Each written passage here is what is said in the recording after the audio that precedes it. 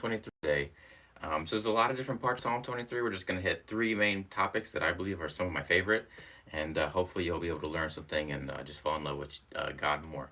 So Psalm 23, it starts off with, "The Lord is my shepherd, I shall not want." There's so much there, but one of the things is that God is the good shepherd. We see different references to him in the Old Testament and the New Testament. One of my favorite is in John 10.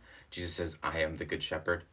When we look at shepherds, one of my favorite stories of a shepherd is how they protect. See, a lot of times a shepherd would have kind of a semicircle where they would put the sheep in. So it would be kind of like well, like a crescent with a little opening.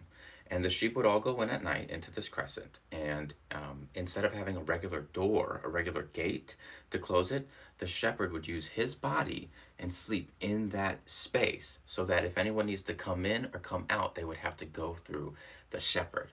And that's an awesome story of how Jesus is protecting you, that he loves you, that he cares for you, and that he makes sure just to be there. He's the gate, he's the door. And we've seen that Jesus calls himself the door several other times. So that's pretty cool. We continue down into verse 2. He makes me lie down in green pastures. He leads me beside stilled waters.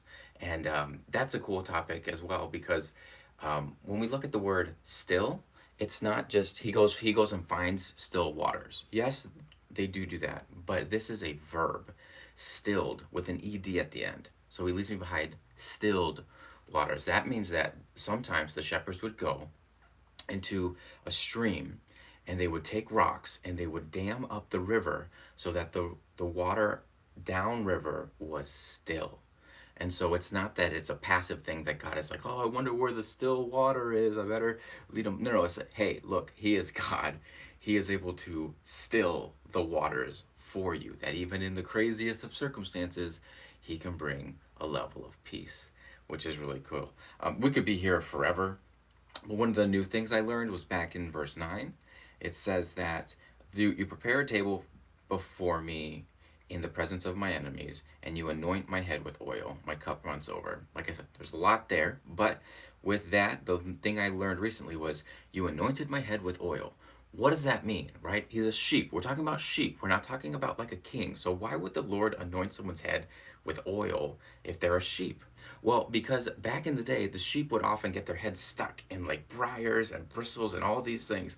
And what would happen is the shepherd would pour the oil over the head of the sheep. And so the sheep could go into different places and it wouldn't get stuck.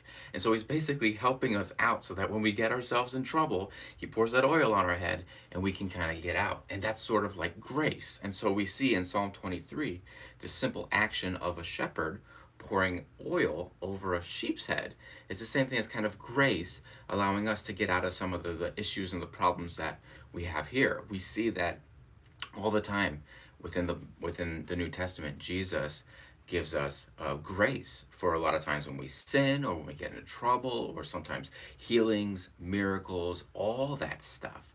And so when we look at Psalm 23, this could probably go on for hours and hours. People have done many things, but I just wanted to give you a good morning.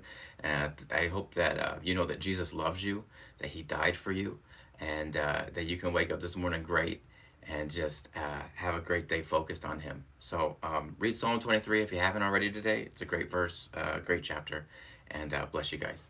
Peace.